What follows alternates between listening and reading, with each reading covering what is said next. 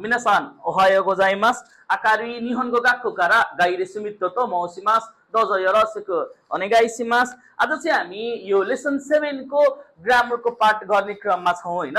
यो लेसन 7 मा हामीले यो भन्दा पनि मिनानो निहोंगो लेसन 7 है जापानिज भाषा पढ्दै गर्नुभएको विद्यार्थी भाइ बहिनीहरूलाई सहयोग होस् भनेर हामीले यो ग्रामरको पाठहरु चाहिँ हामीहरूले हालिराखेको हुन्छौं।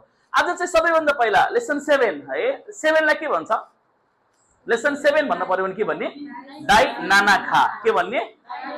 लेसन 7 लाई के भन्ने? दाइ नाना खा भनेर भन्ने है त। ओके ल लेसन 7 मा हामीले के चीज पढ्नु पर्छ मैले अघि नै पनि हजुरहरुलाई बताइसके। के पढ्नु पर्छ?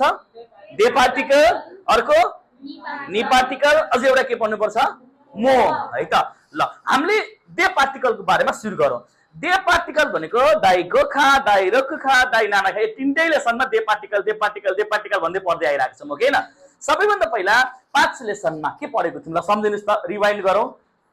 के गरौँ? मीन्स अफ ट्रान्सपोर्टको पछाडी जहिले पनि के लाग्छ? ने पार्टिकल भनेको कुनै पनि साधन प्रयोग गरेर केही काम क्रिया गरेको भए के लाग्छ? हो, हामीले 5 लेसनमा त्यो पढेको थियौं। 6 लेसनमा के पढेको थियौं? कुनै पनि ठाउँमा केही काम क्रिया गरे दे पार्टिकल प्रयोग गरिन्छ।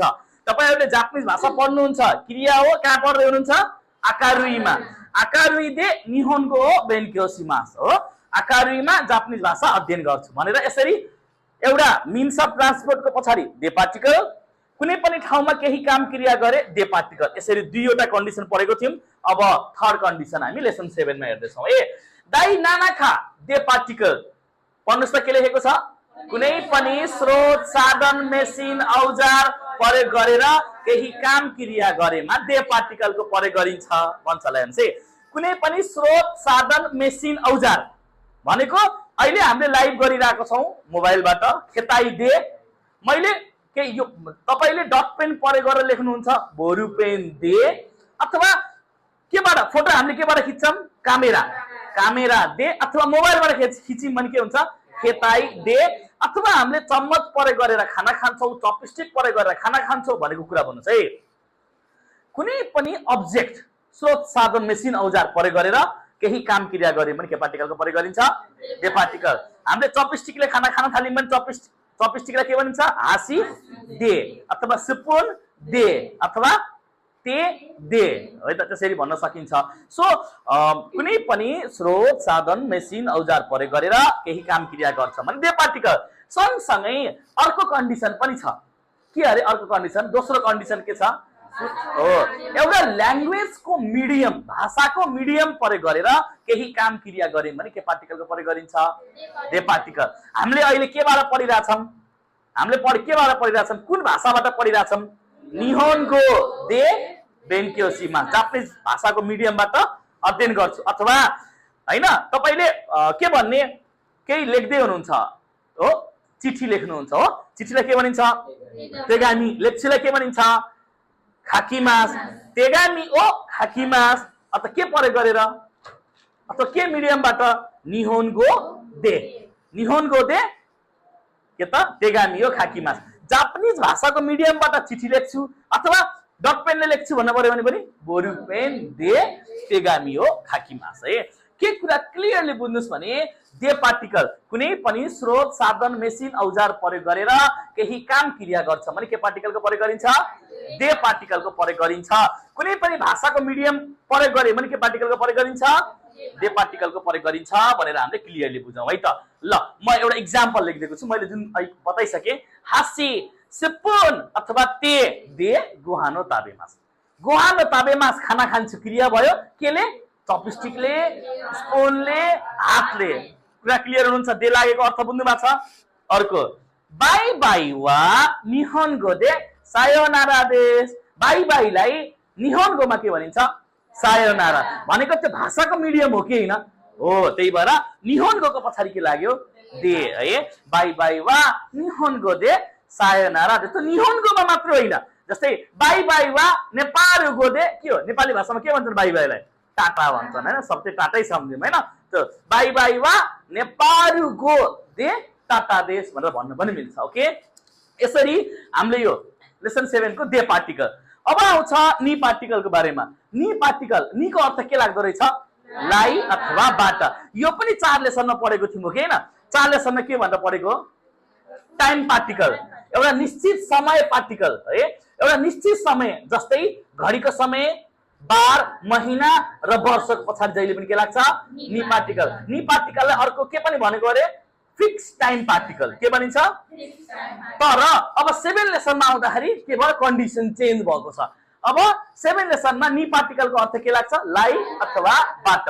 कसैलाई केही दिँदै हुनुहुन्छ भने पनि नि पार्टिकल, कसैबाट केही पाउँदै हुनुहुन्छ भने के लाग्छ? नि पार्टिकल। दिँदाखेरि निको अर्थ लाई, मैले लाई दिने हो नि त, त्यही भएर निको अर्थ लाई।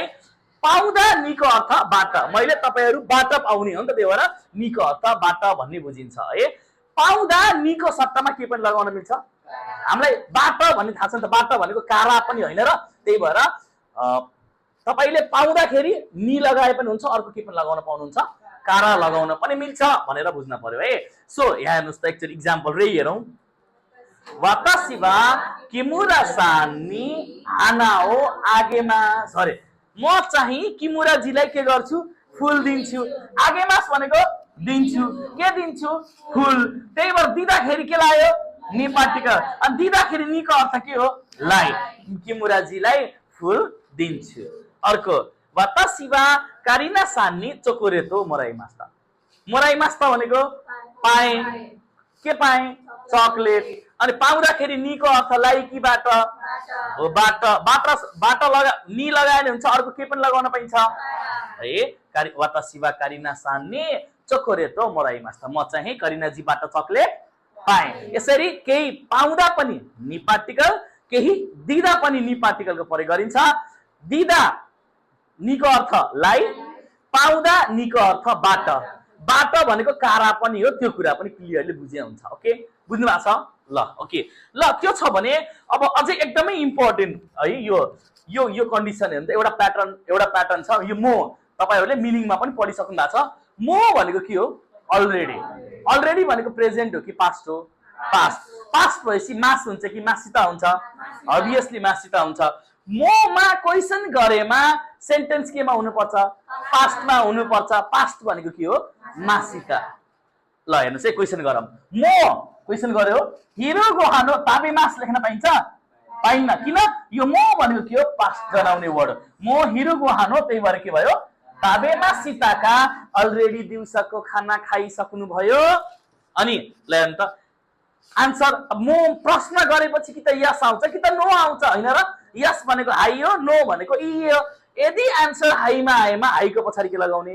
मो लगाउने। पहिला मोमा क्वेशन गर्दा पास्टमा सेन्टेन्स बनाउने, उत्तर हाईमा आउँछ भने लगत्तै के राख्नु पर्यो? मो राखेर पास्टमा सेन्टेन्स बनाउने। हाई मो ताबेमास छ। तर यदि आन्सर ई आएमा पछाडि के हुन्छ? मादादेश। जहिले पनि मोमा क्वेशन सोध्यो र आन्सर ई मा आउँछ भने जहिले पनि के लेख्ने हो? माथि जेसुकै होस् त्यो ई मादादेश। अझै बाँकी छ। खाना खानुभयो, लुगा लाउनु भयो, टेलिभिजन हेर्नुभयो, मुभी हेर्नुभयो, होमवर्क गर्नुभयो भन्दाखेरि बाँकी छ। लास्टमा ई नेगेटिभ भनेपछि के हुन्छ?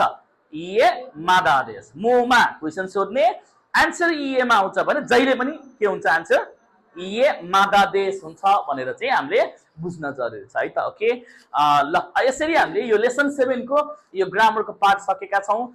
यदि तपाईहरु पनि स्टुडेन्ट भिजा अथवा अन्य भिजामा जापानिज भाषाको क्लासेसहरु लिन खोजिराख्नु भएको छ भने आकारुई abroad study and education Butwal Milanchowk र सैना मैनाको मुर्गियाले न्यू एडमिसन क्लासेसहरु सञ्चालन गरिसकेको छ। तपाईहरु पनि जोडिन सक्नुहुन्छ। बायोमा नम्बर दिएको छ है, बायोमा भएको नम्बरमा WhatsAppमा मेसेज गरेर रेन्ड्राको सम्पर्क गर्न पनि सक्नुहुन्छ। जा मिनासान क्यो वा कोरे दे वारिमास नदे माता चिकिनो राइबु जिग्यो दे आइमास्यो कियो चिकेतेने सायनारा।